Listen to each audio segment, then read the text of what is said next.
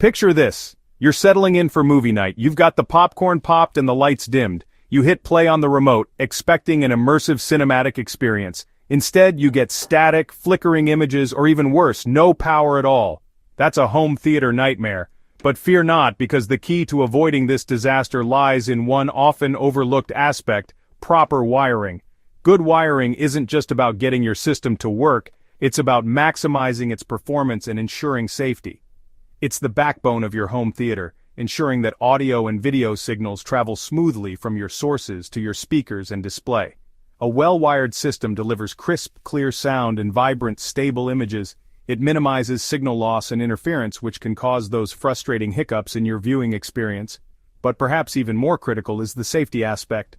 Faulty wiring can be a fire hazard. It's crucial to use the right types of cables, connectors, and installation techniques. This ensures your system not only entertains but does so safely for years to come.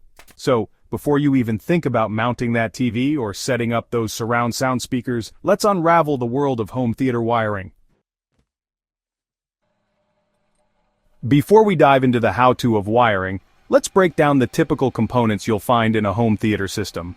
Understanding what each part does will help you grasp the connections needed.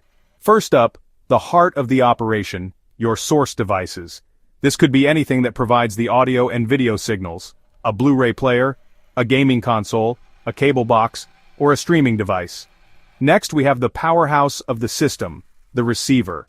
Think of it as the conductor of your home theater orchestra. It receives signals from your source devices and distributes them to the appropriate output devices. Speaking of output devices, the most obvious is your display. This could be a dazzling big-screen TV or a high-definition projector paired with a screen. These bring the visuals of your favorite movies and shows to life. And let's not forget the speakers, responsible for the immersive audio experience.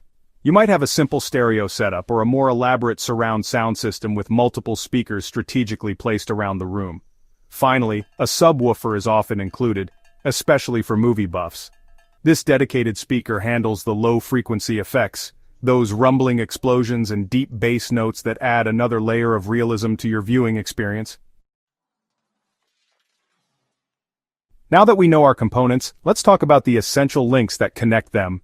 Cables and connectors. These come in a variety of types, each serving a specific purpose. For video signals, the most common cable you'll encounter is HDMI. It stands for High Definition Multimedia Interface, and it's the current standard for transmitting high-quality video and audio signals over a single cable.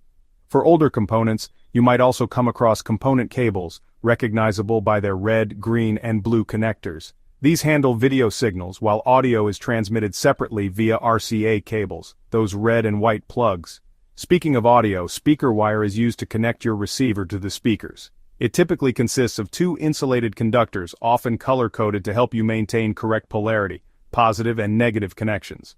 Subwoofers usually connect to the receiver using a single RCA cable, often labeled as subwoofer out or LFE, low-frequency effects. Section 4. Planning your wiring. Measure twice, connect once. Before you start unraveling spools of cable, careful planning is essential.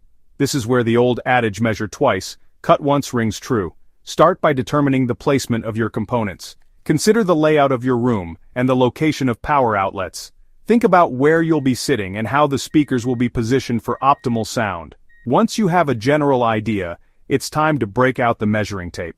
Measure the distance between your source devices and the receiver and the display, and the receiver and each speaker. It's always better to have a little extra cable length than to come up short. When choosing cable lengths, keep signal degradation in mind.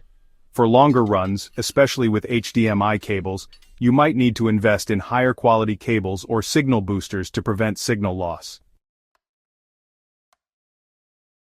Section 5. Wiring like a pro, a step-by-step guide. Now comes the satisfying part, connecting everything together. Start by ensuring all devices are powered off.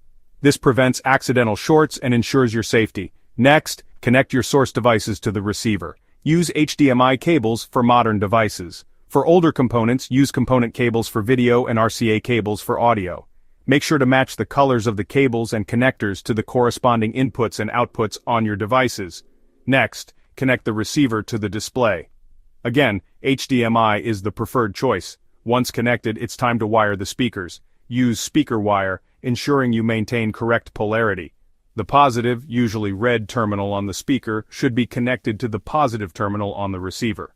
Connect the subwoofer to the receiver using an RCA cable, plugging it into the designated subwoofer output.